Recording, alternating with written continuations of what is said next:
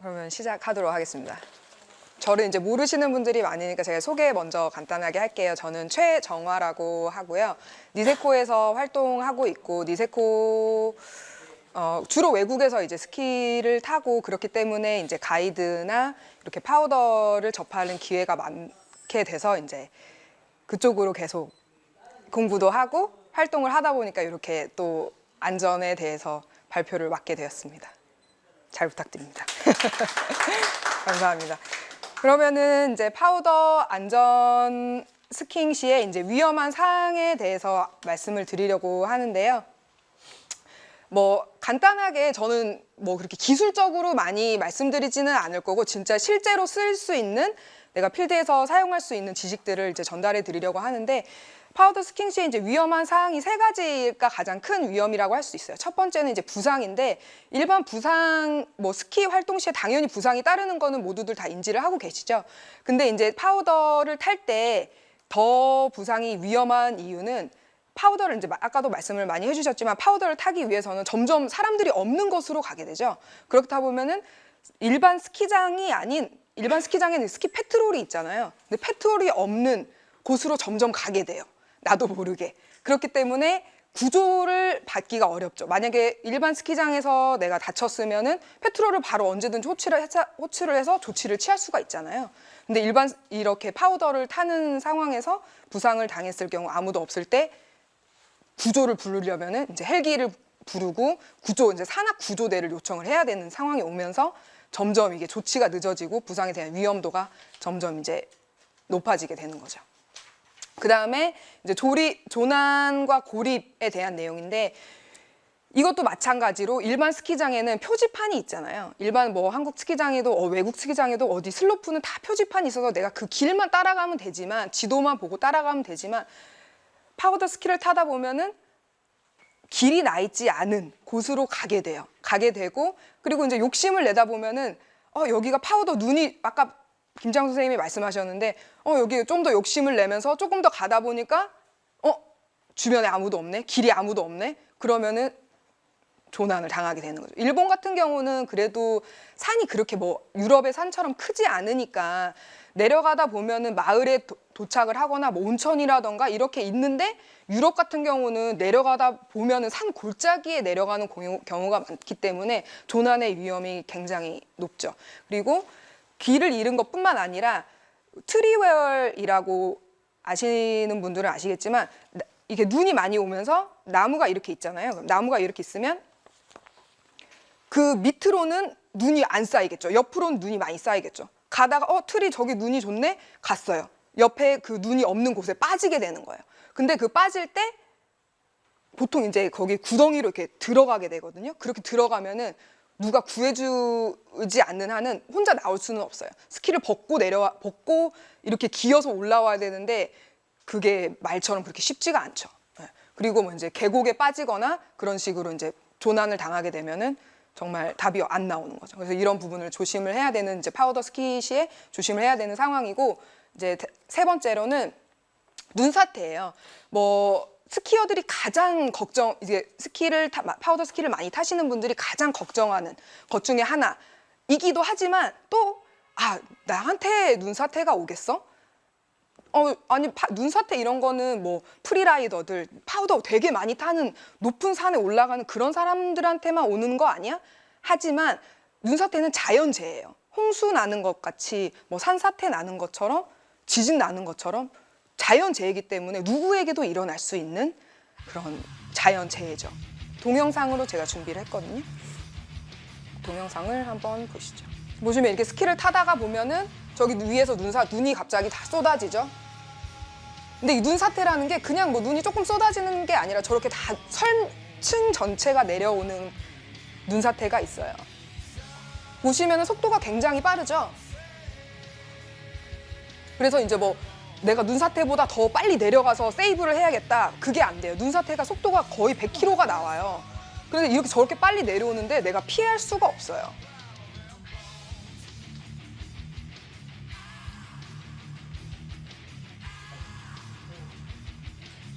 이제 저런 거는 이제 트라우마로 이제 사망할 수가 있는 건데 이렇게 내려오면서 이게 뭐 구조물, 뭐 이제 바위나 나무에 부딪히면서 이제 부상을 입게 되는 거죠. 저 사람은 이제 살았네요. 운이 좋네요. 정말 저렇게 스키를 타다가 저렇게 되면 정말 아찔하지 않겠습니까?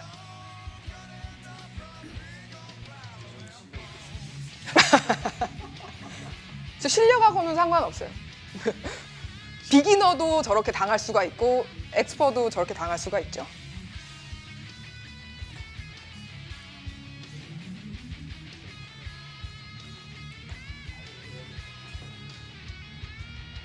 보시면은 이제 타고 있다가 자기 발 밑에서 시작하는 게 아니에요. 이미 위쪽에서 스트레스를 줬기 때문에 그 위쪽에서 계속 내려옵니다. 그리고 내가 타는 곳만 에발란치가 생기는 게 아니고 이게 옆으로 쫙 펴져요. 그러면서 모든 전체 층이 내려가게 되는 거죠. 이제 저런 거는 드라이 에발란치라고 해서 산에 가벼운 눈이 내려오는 거예요.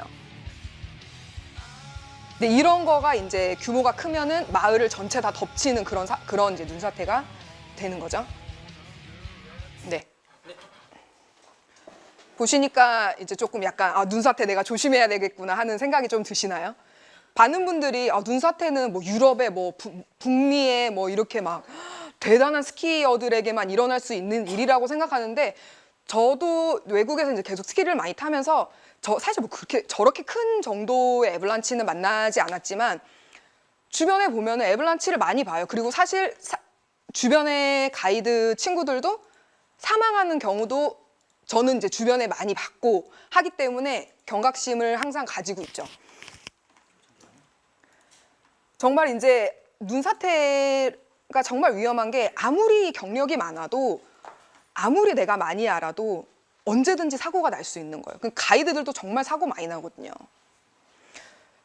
그래서 이제 그거 이제 세 가지 방금 말씀드렸던 부상, 고립, 조난 그리고 눈사태까지 이게 이제 가장 큰 세 가지 걱정해야 될 부분인데 요거에 대한 대비를 하실 수가 있어요. 부상에 대한 것은 뭐 부상은 넘어지거나 뭐 내가 만약에 여기 트리가 있어요. 나무가 있어요. 파우더 스키를 타면서 나무 사이를 가는데 내가 스킬이 부족하면 부딪히게 돼요. 빨리 여기서 턴을 해야 되는데 턴을 못 해요. 그럼 부딪히죠. 그런 것들은 어떻게 개선을 시키냐? 기술을 발전을 시키는 거죠. 평상시에 그냥 어떻게 내가 스키 타는 동작이라든지 아니면 밸런스, 앞뒤 밸런스 맞추는 거, 뭐 그냥 기본적인 우리가 일반 스키 탈 때 사용하는 기본적인 기술 있잖아요. 그런 것들을 이제 잘 연마를 해두면 파우더 스키를 탈 때도 부상의 위험이 아무래도 줄어들겠죠. 그리고 당연한 말이지만 일반 스키 탈 때도 그리고 파우더 스키 탈 때도 기본적으로 이제 뭐라고 해야지? 스트레칭, 준비 운동을 많이 하시고 그리고 가장 또 중요한 것 중에 하나가 일반적으로 시즌 내내 스키를 타셔도 파우더 스키는 또 낯설잖아요. 낯설고 내가 항상 타던 그 설질이 아니기 때문에 체력 소모가 일반 스키보다 훨씬 많아요. 그렇기 때문에 비시즌에도 뭐 코어를 단련한다든지 하체를 단련을 해서 확실히 이 파우더에서도 안정적으로 내가 스키를 즐길 수 있게 이렇게 단련을 미리 해놓는 게 참 중요합니다. 그리고 이제 고립이나 조난에 대한 대비는 이것도 이제 다 안전에 대한 거 제가 중요하다는 말을 되게 많이 하게 되는데 정말 중요한 부분인데 절대 혼자 나가면 안 됩니다. 파우더 스키를 가다가 아까도 뭐 잠깐 얘기 드렸지만 욕심이 나요. 필드에 나가보면 욕심이 나요. 저기 눈이 너무 좋아 보여. 저기로 가고 싶어. 혼자서 가다 보면은 이렇게 고립이 되잖아요.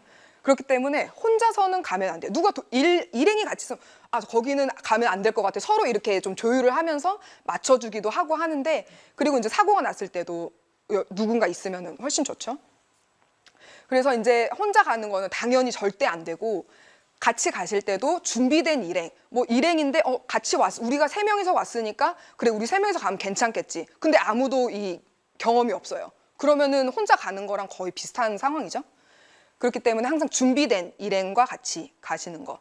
그리고 이제 가실 때 뭐 안전 장비에 대해서 말씀을 해주셨지만 그중 뭐 트랜시버도 가져가고 그 지도나 나침판 등은 우리가 핸드폰으로 다 사용을 하잖아요. 근데 날씨가 안 좋고 뭐 특히 유럽의 산 같은 경우는 높이 올라가거나 산골짜기로 들어가게 되면 핸드폰이 안 터지는 경우가 상당히 많아요.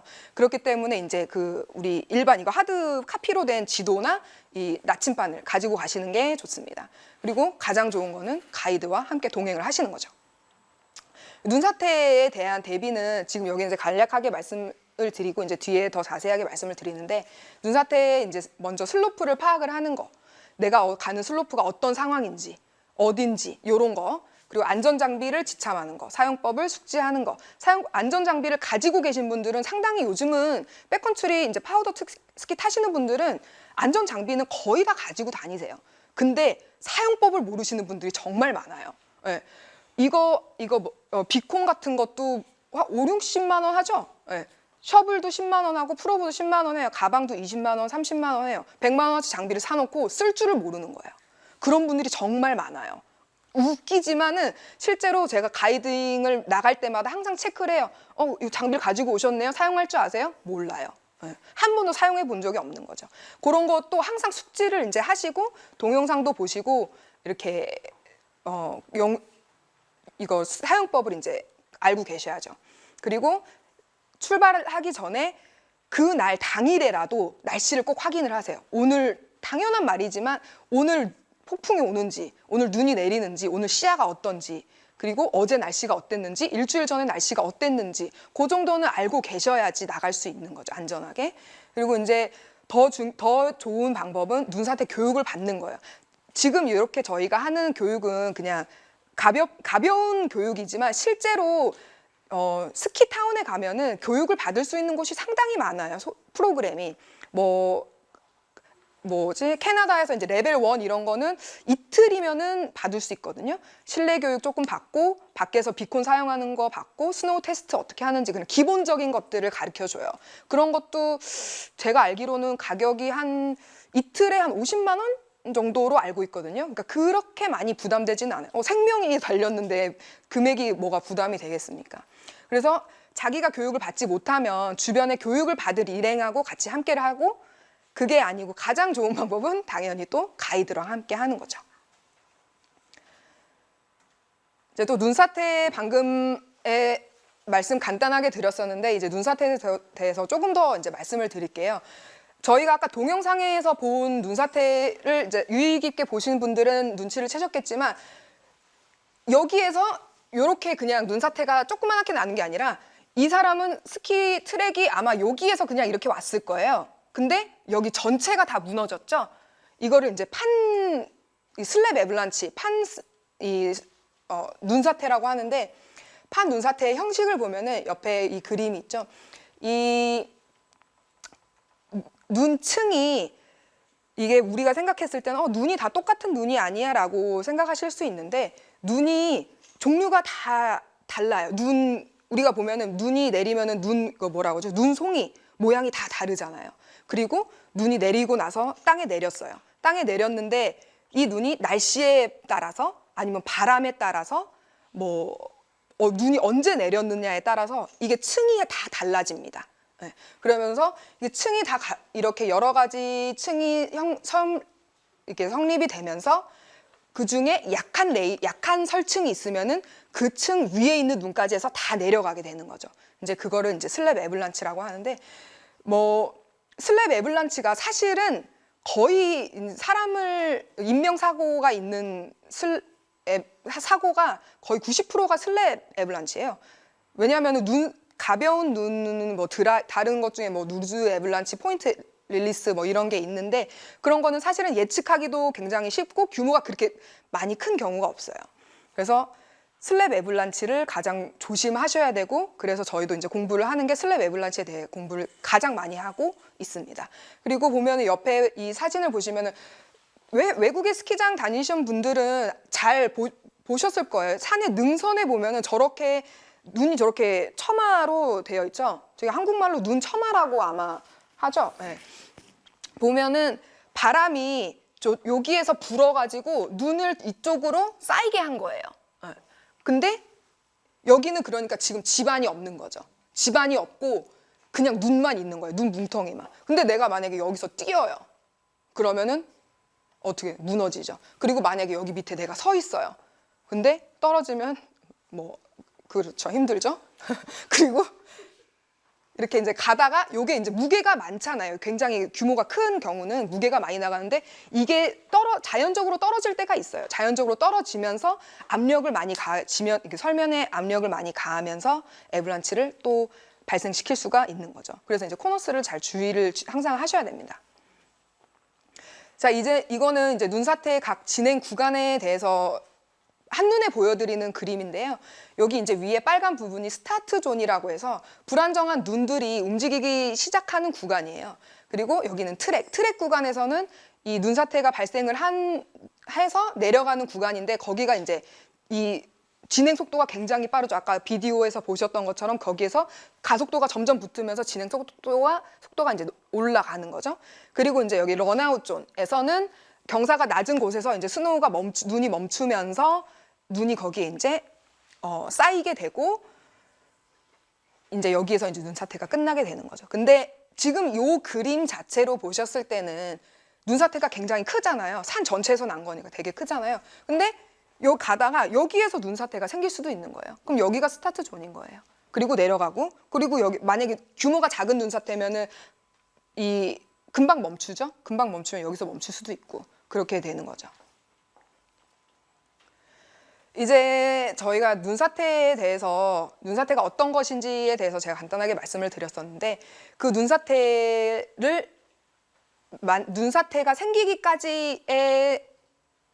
생기기까지 어떤 요건들이 발생이 돼서 눈사태가 생기냐면 여기 그림에 보시는 스노우팩 그리고 날씨 그리고 트레인 그리고 피플이라고 적어져 있는데 이건 이제 저희가 지금 나의 안전에 대해서 얘기를 하고 있기 때문에 피플이라고 했지만 어쨌든 트리거라고 해서 외부적인 요인이 들어오면은 눈사태가 발생을 하는 거예요.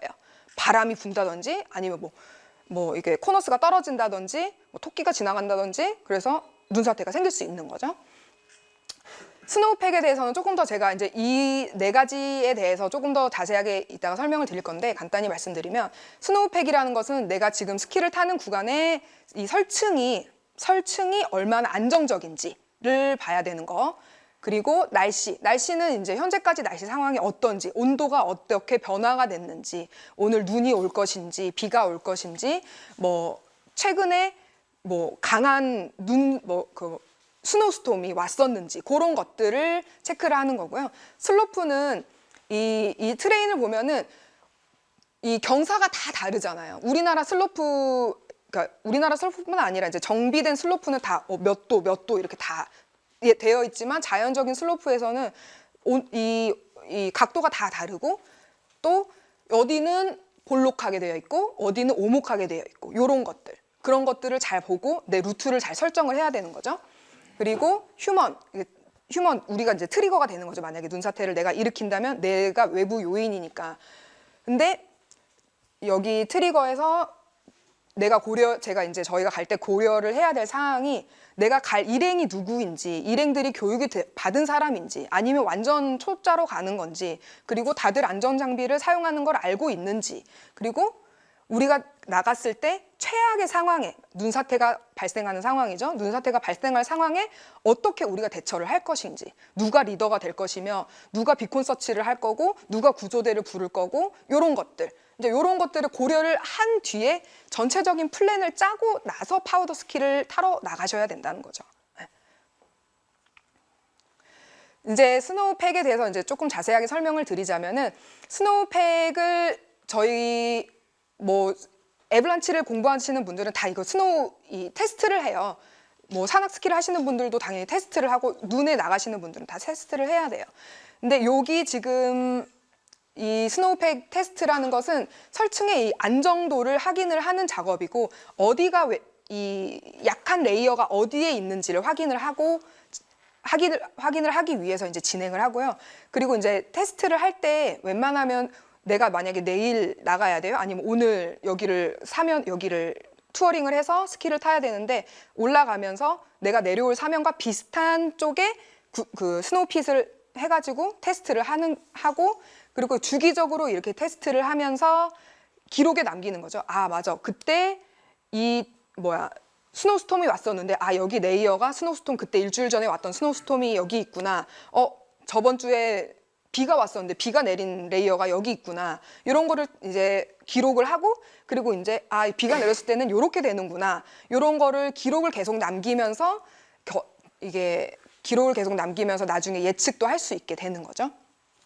여기 사진에 보시면은 이거는 컴프레션 테스트라고 해서 여기를 일단 30cm, 30cm로 블락을 내요. 블락을 내서 그걸로 테스트를 하는 거예요. 뭐 삽을 이 그림에 보시면 삽을 여기에 이렇게 놓고 손으로 쳐가지고 이게 얼마나 안전한지 뭐 처음에 리스트로 10번 하고 엘보로 10번 하고 뭐 이렇게 다 진행 단계가 있어요. 그래서 나중에 기록을 뭐 TC 내가 얼마나 몇 번 쳤는데 몇 번에 여기에 페일이 있었다, 실패가 여기가 있었다, 어떤 슬라이드가 여기에 내려왔다, 이런 거를 이제 작성을 하게 되고, 그리고 여기 밑에 보시면은 여기 익스텐션 콜럼 테스트라고 있는데 요거는 이거보다는 조금 더 길게 해가지고 여기를 이렇게 여기 30cm 그리고 90cm를 해요. 블락을 하는데 여기 한쪽 면에서 한쪽 사이드에서만 이거 탭을 하면서 이게 여기에 이제 페일리어가 여기가 이제 만약에 페일이 일어났어요. 그러면 여기 혹시 사진에 보이시는 모르겠는데 여기 조금 튀어나왔죠. 요렇게 얘가 지금 약한 레이어인 거예요. 근데 이거는 전체를 누르는 거기 때문에 이게 만약에 내 전체 슬랩 애블란치를 일으킬 건지에 대해서는 잘 몰라요. 아까 보셨다시피 내가 스키를 탄 자국에만 이 눈사태가 일어나는 게 아니라 옆으로 쫙 다 퍼지잖아요. 그거를 이제 여기에서 볼 수 있는 거예요. 여기 내가 한 사이드에서만 쳤는데 이 실패가 옆으로 해서 쭉 90cm짜리 전체가 다 무너졌다. 그러면 이제 그게 슬랩 애블란치의 뭐라고 하죠? 네, 가능성이 더 이제 알 수 있게 되는 거죠. 네. 그래서 이제 익스텐션 콜럼 테스트로 해야 그나마 조금 되고요. 이거는 여기 그냥 위크 레이어가 있구나 정도만 알 수 있는 거고, 이제 요 다음으로 넘어가면 루시 블락 테스트도 있고 뭐 프라퍼게이트 테스트도 있고 여러 가지 테스트가 많아요. 왜냐하면 스노우팩의 성질이 다 다르기 때문에. 그래서 여기 보시면은 제가 그림을 가지고 왔는데 이게 안정적인 스노우인 거예요. 안정적인 스노우팩은 밑에가 좀 단단하고 새로운 스노우가 왔을 때 소프트한 새로운 스노우가 있고, 그리고 이게 쌓여가면서 점점점 이게 다져지면서 안정적으로 되는 거죠. 근데 여기 보시면은 얘는 불안정한 애죠. 왜?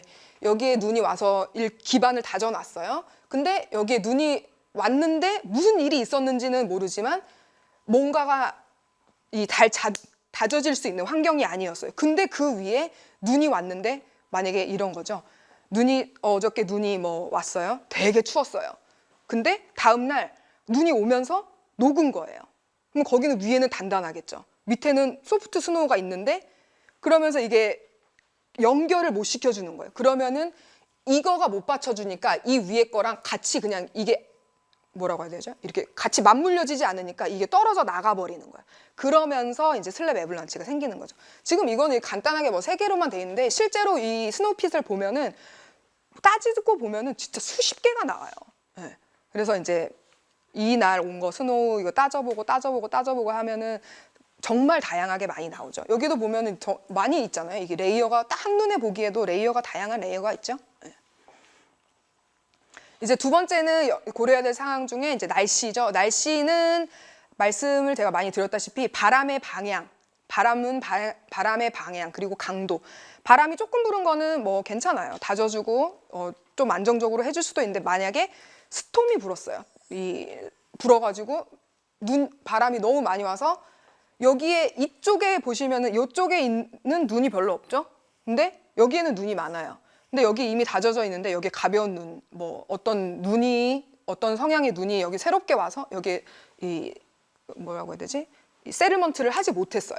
그러면은 여기에서 윈드로 해서 날아온 눈이 여기에 정착하지 못하면서 내려가는 이 슬랩 애블란치가 생기는 이런 거는 이제 또 그러니까 이 슬랩 애블란치도 종류가 굉장히 많아요. 윈드 슬랩도 있고 스톰 슬랩도 있고 웻 슬랩도 있고 여러 가지 많은데 이런 이제 바람의 영향에 받은 것은 윈드 슬랩.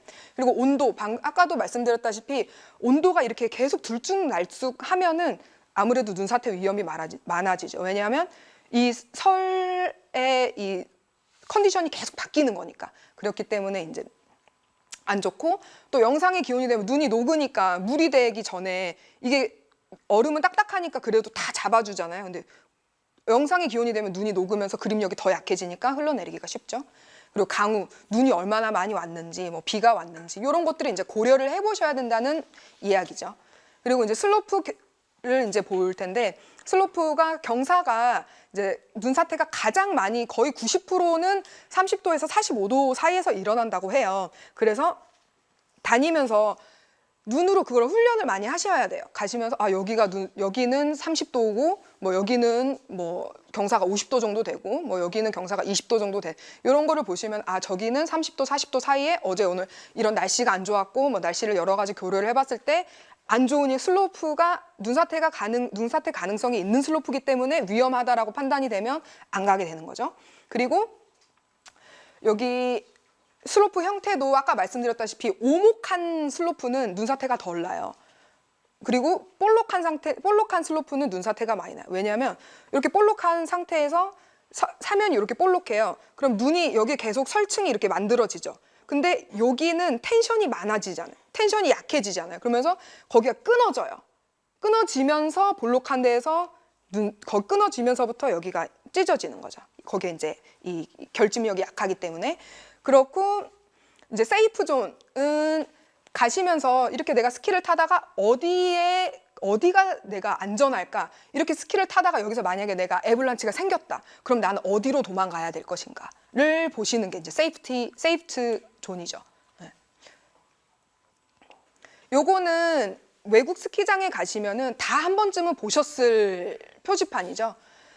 우리가 뭐 제가 방금 말씀드렸던 날씨의 변화, 뭐 슬로프 앵글, 뭐 이런저런 것들을 내가 다 연구할 수가 없잖아요. 일반 스키어 분들이. 그렇기 때문에 가장 쉽게 보여지는 표지판이죠. 표지판을 보면은 오늘은 날씨가 안 좋으니까 컨시더블. 오늘은 갈지 말지 조심해봐라. 오늘 이거 괜찮은데 그래도 어떤 사면, 그러니까 바람이 어디에서 많이 불었으면은 어떤 사면은 안 좋고, 그래도 보통적으로는 특별한 사면이 아니면은 괜찮을 거야. 요런 이제 간단하게 보여주는 표지판이죠. 저희가 이제 열심히 이런 날씨도 보고, 슬로프도 보고, 눈 상태도 보고, 표지판도 보고 해서 나와서 필드에 나와서 스키를 즐길 때 조심하셔야 되는, 이제 주의를 하셔야 될 부분들인데, 항상 가이드가 만약에 없으면 리더가 있을 거예요. 분명히 그룹 중에 누군가 한 명은 이 경력이 많은 사람이 있죠. 그러면은 그 가이드나 리더의 지시사항에 꼭 협조를 해주셔야 되는 부분이고, 그리고 아까도 이제 창수 선생님께서 말씀을 해주셨는데, 시야가 확보된 만큼만 활주를 해야 돼요. 왜냐하면 슬로프가 일정하지 않고, 슬로프가 굴곡이 있을 수도 있고, 굴곡이 있으면 여기가 이렇게 굴곡이 있으면 밑에는 안 보이잖아요. 그러면 거기에 뭐가 있는지 모르기 때문에 조심을 하셔야 되니까, 눈에 보이는 만큼 내가 어디까지가 안전한 것 같다라고 생각이 되는 곳까지만 가셔야 되고, 그리고 한 명씩 활주를 하는 거예요. 이 부분도 이제 말씀을 해주셨는데, 한 명씩 활주를 해야 아무래도 사고 위험도 적고, 그리고 한 명씩 활주를 해서 다 같이, 그러니까 한 명씩 활주하지 않고 다 같이 활주를 하면 다 같이 눈사태 걸리거나 다 같이 그 낭떠러지에 떨어지거나 그러면 정말 난감하겠죠. 그렇기 때문에 이제 한 명씩 활주를 하는 거, 그리고 이제 안전한 곳에 정지를 하는 거. 안전한 곳에 정지하는 거 제가 아까 방금 말씀드렸던 눈사태 위험에서도 마찬가지고, 그리고 이 지형에서 보면은 이런 데 있잖아요. 이런 거 이렇게 볼록 튀어나온 돌이 있는 거예요. 근데 이런 데 보면은 점프를 하는 친구들이 있어요. 근데 내가 그 옆에 있으면은 세이프하지 않죠. 전혀 안전하지 않죠. 그리고 낭떠러지 밑에 서 있어요. 여기 안 보이는데 여기 안 보이니까 괜찮겠지? 안 보이니까 사람들이 내려와서 나를 부딪힐 수도 있고. 그러니까 그런 여러 가지 자연적인 것들, 자연 조형물이나 자연 지형이나 이런 것들에 대해서 때문에도 안전한 곳에 정지를 하셔야 되고, 이것도 이제 일반 스키 하시는 분들은, 강습 받으시는 분들은 많이 아실 거예요. 정지하실 때 내가 같이 온 일행들보다 밑에 서는 거. 위에 서면은 여기에서 그룹이 이렇게 있어요. 내가 여기에 섰어요. 근데 여기에서 스트레스를 주면서 섰어요. 근데 여기 애블란치 생겨서 그럼 다 떠내려가죠. 그러면 또 난감하겠죠? 네. 그리고 마지막으로 일행이 활주할 때 지켜봐 주는 거예요. 그걸 왜 지켜보냐면 뭐 자세가 잘 됐네 못 됐네 그거를 보라는 게 아니라 저 사람이 어디에 멈추는지, 저 사람이 안전하게 가고 있는지, 저 사람이 가다가 눈사태에 휩쓸렸을 때 내가 마지막으로 본 장소를 내가 가서 거기서부터 구조 작업을 할 수 있을지, 그런 것 때문에 이제 활주시 지켜보라는 거죠. 계속 말씀드렸다시피 아무리 저희가 이렇게 완벽하게 준비를 해도 자연재해는 언제든지 일어날 수 있는 거잖아요. 자연재해이기 때문에 언제든지 일어날 수 있는데 거기에서 내가 사고를 당했을 때 어떻게 행동을 해야 되는지. 눈사태가 생겼어요. 내려가다가 눈이 내려가고 있어요. 그러면은 애벌란치라고 크게 소리를 쳐서 주위 사람들이 나를 다 볼 수 있게 하는 거예요. 그래야지 내가 떠내려가면서도 저 사람들이 날 봐주고 그래야지 내가 어디에 묻힐 건지를 알기 때문에 소리를 지르고, 눈사태야라고 하면 한국 사람들밖에 못 보니까 영어로 해주시면 좋겠습니다. 그리고 이제 눈사태가 이렇게 내려가잖아요. 내려가면은 아까도 보셨다시피 가운데 부분이 속도가 굉장히 빨라요. 그렇기 때문에 옆으로 빠져주는 거예요. 그리고 아무리 앞으로 내가 빨리 가려고 해도 눈사태가 속도가 빠르기 때문에 도망가기가 쉽지 않잖아요. 옆으로 가주시는 거. 그리고 이제 눈사태와 함께 쓸려가는 상황에 이제 이미 쓸려가고 있어요. 이제 사이드로 갔는데도 쓸려가고 있다. 그러면 장비를 이제 다 버려야 됩니다. 왜냐하면은 장비를 갖고 있으면은 뭐 다리도 더 다치고 손도 더 다치겠죠.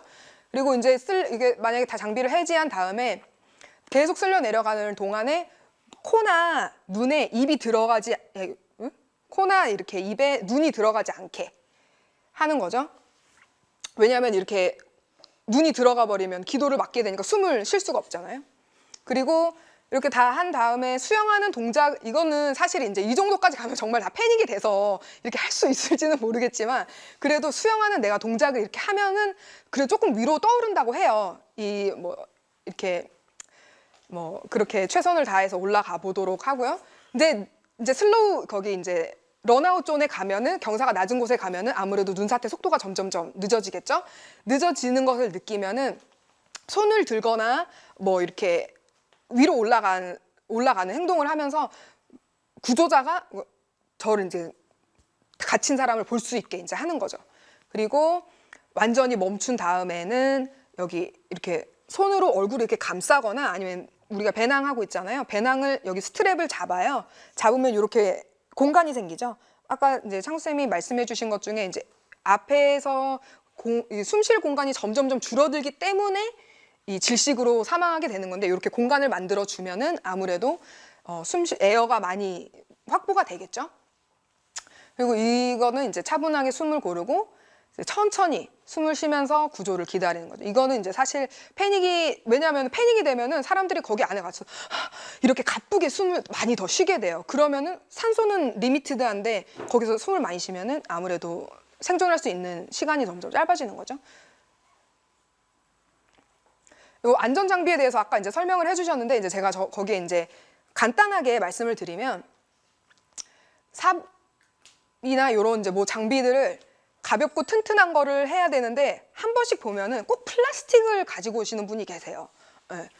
샤브를 가지고 왔는데 플라스틱을 가지고 오세요. 그러면은 이 눈사태가 눈이 빠르게 움직이잖아요. 내려가면서 이게 다 압축이 됩니다. 눈사태 실제 현장을 가보면은 눈이 콘크리트예요. 진짜 딱딱해요. 그래서 이걸 팔려고 하면은 정말 힘이 많이 들거든요. 근데 거기 플라스틱을 가져오면은 절대 못 파죠. 다 부러져요, 플라스틱. 그리고 아까도 말씀해 주셨다시피 별도의 공간에 따로 준비를 하셔야 돼요. 우리가 파우더 스키를 갈 때는 뭐 가볍게 이제 뭐 사이드 컨트리 이렇게 갈 수도 있지만 뭐 진짜 내가 파우더 타러 갔을 때 백컨트리를 간다, 투어링 간다 그러면은 가방에 사실 저도 뭐 물도 한 통 가져가고 따뜻한 차도 한 잔 가져가고 음식도 초콜릿도 많이 가져가고 뭐 안전 장비도 여러 개 많이 가져가잖아요. 거기에서 이제 눈사태 15분 안에 친구를 꺼내줘야 되는데 그걸 다 뒤지고 있으면 참 시간이 낭비가 많이 되겠죠. 근데 요 이제 나머지 안전 장비들은 가방에 보관을 하지만 비콘은 몸에 착용을 하는 거예요. 비콘도 왜냐하면은 가방에 넣게 되면은 눈사태에 가다가 아니면 뭐 사고가 났을 때 나무에 걸렸어요, 가방이. 그럼 가방이랑 이제 해체가 되잖아요. 그럼 비콘이 없으면 자기 몸만 있으면은 비콘하고 이제 안녕이 되니까 찾을 수 없게 되는 거죠. 그리고 이제 비콘은 아침에 나가실 때 온으로 켜시고 배터리를 확인을 하신 다음에 배터리가 한 70%, 한 60% 남았다. 그럼 교체를 하세요. 교체를 하시고 나가셔야지. 왜냐하면 나중에 나중에가 아니라 혹시라도 애블란체 눈사태 걸려서 갇혔어요. 근데 아니면 조난이 됐어요. 근데 이거 시그널을 계속 내보내줘야 되는데 배터리가 없으면은 비콘이 있으나 마나죠. 그러니까 항상 배터리 체크를 하시고 이 배터리를 아까워하지 마시고 꼭 하시고, 그리고 또 한 가지 이거는 팁으로 말씀드리는 건데 충전용 배터리가 있잖아요. 그거는 사용하지 않는 게 좋아요. 그거는 쓰다 보면은 점점점 이게 이 배터리가 닿는 속도가 빨라지기 때문에 불규칙합니다. 그러니까 그냥 일반 우리 쓰는 충전식 말고 그 배터리 있죠. 그거 쓰시고, 네, 그렇죠. 그거를 쓰시면 되고, 그리고 점심시간에도 끄지 않고 그냥 켜두는 게 좋아요. 1시간 켜놓는다고 이 배터리가 많이 소비되지 않거든요. 그러고 계속 이제 쓰고 나서 일정이 다 끝난 뒤에 내가 집에 안전하게 돌아왔을 때 비콘을 이제 종료를 해주시면 됩니다. 이제 이거는 구조 작업에 대한 내용인데요. 비콘을 사용하는 법을 어느 정도 알고 계신다고 가정한 뒤에 제가 말씀을 드릴게요. 비콘을 사실 이제 시그널을 먼저 서치를 해야 돼요. 친구가 이제 갇혔어요. 저기 친구가 내가 라스트 씬 어디서 마지막 본 자리가 있어요. 거기에서부터 가서 비콘을 이제 사용을 하는 건데, 말씀해 주신 것처럼 모두 다 서치 모드로 바꿔야 돼요. 모두 다 서치 모드로 바꾸고 이렇게 여기서는 이렇게 리을자 모양으로 가라고 했지만 꼭 그렇지 않아도 이렇게 지그재그 모양으로 사실 이렇게 천천히 가는 게 아니라 진짜 빨리 달려서 가면서 이 신호를 잡는 거죠. 왜냐면 친구가 라스트 씬에서 보인 다음에 거기에 바로 밑으로 묻혀 있는 게 아니고 눈이랑 같이 훨씬 많이 쓸려 내려갔잖아요. 그렇기 때문에 신호가 안 잡힐 수가 있으니까 처음에는 이렇게 20m 간격을 좀 두고 왔다 갔다 이렇게 지그재그로 왔다 갔다 하면서 시그널을 찾은 다음에 거기 숫자가 떠요. 숫자랑 방향이 떠요. 근데 이 비콘은 이 신호를 요렇게 나 어디 있어 정확하게 이렇게 다이렉트로 보내는 게 아니라 이 나비 모양으로 신호가 나가게 되거든요. 그러니까 이렇게 동그랗게 가게 될 거예요, 아마. 친구는 저기 있는데 왜 나는 여기로 가라고 하지? 그래서 이렇게 돌아서 가게 되는 거죠. 그래서 이제 화면에 나오는 숫자랑 방향을 확인을 하시고 따라가서 이제 여기서 파인 서치라 이제 가까이 가게 되면은 한 2m? 왜냐하면 친구가 어느 정도 깊이에 묻혀 있는지 모르잖아요. 그러니까 2m 이하로 되면은 이 설면에 비콘이랑 가까이 무릎 꿇고 내려가서 십자로 이 서치를 하는 거예요. 그래서 가까워지는 것에 여기로 갔어요. 여기 1m 1.5가 나왔어요. 표시를 해요. 1.3이 나왔어요. 가깝네. 표시를 해요. 왔다 점점 멀어져요. 그러면서 표시를 계속하면서 점점 줄여가는 거죠. 이 공간을. 그리고 어디가 제일 가까운지를 포인트로 하고 난 다음에 이제 프로브를 히트를 하는 거죠. 프로브를 히트를 한 다음에 셔블링 작업을 하는데, 말씀해 주신 것처럼 만약에 깊이가 친구가 1.5m다 아니면 친구가 1m에 묻혀 있다, 그럼 1.5m 정도로 뒤로 가서 거기서부터 셔블링을 해야 되는 거예요. 왜냐하면 비콘은 여기 있지만 몸은 어디 있는지 모르거든요. 만약에 거기 아래부터 팠어요. 근데 거기가 입이 아니고 다리예요. 그러면 또 다시 다 파야 되잖아요. 근데 눈이 여기저기 있으면 파기 어려우니까 이것도 이렇게 규칙에 맞춰서 산이 이렇게 있으면은 아래쪽으로 눈을 파고 눈을 아래로 보내고 그러면서 이제 파게 되고요. 만약에 여러 명이 있으면 한 명이 앞에서 파고 뒤에서는 눈을 치워주고, 그리고 이게 파는 작업이 말씀드렸다시피 되게 딱딱하기 때문에 체력 소모가 정말 커요. 그리고 친구가 지금 죽어가고 있는데 쉬고 이렇게 느긋하게 팔 수 없잖아요. 그러니까 엄청 열심히 파면은 진짜 한 3분 되면 진짜 엄청 힘들어요. 그렇기 때문에 뒤에 있는 사람의 교체를 계속 하면서 구조 작업을 이제 하게 되는 거죠. 그런 식으로 이렇게 구조를 해서 하면 다행이겠죠. 근데 구조가 정말 이제 저도 트레이닝을 이제 많이 하잖아요. 이제 저는 이제 교육을 받으니까 트레이닝을 나가면은 이거를 트레이닝이라는 걸 아는데도 막 그래요. 근데 그러니까 교육자가 말을 할 때 그래. 자, 여기 우리 중에 지금 친구가 한 명이 저기 있어. 너가 가장 사랑하는 사람이 저기 묻혀 있어. 그럼 이제 거기서부터 다 막 그렇게 되는 거죠. 그러면서 순서도 까먹게 되고 뭐 정말 그렇게 돼요. 그러니까는 이런 것도 교육을 받는 것도 중요하지만 실제로 많이 해보셔야 돼요. 그래야지 그 상황에 가서도 이 순서에 맞게 갈 수가 있죠. 여기 비콘 서치를 이렇게 지그재그로 가면서 시그널을 찾아야 되는데 그게 아니고 막 난 저기서 본 것 같아. 저기서 나 분명히 봤어. 저기 아니면 저기에 폴이 있어. 폴이 있으니까 걔가 저기 있을 거야. 그렇게 하면서 비이성적으로 가게 되면 그러면은 이제 15분 안에 찾는 거는 이제 물 건너 간 거죠.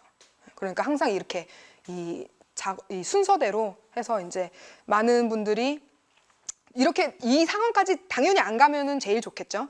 말씀하신 것처럼 장비를 샀지만 사용하지 않는 게 제일 좋은 것 같습니다. 그럼 모두들 안전하게 파워더 스키를 타시고 저는 이제 여기까지 하도록 하겠습니다. 질문 있으신 분?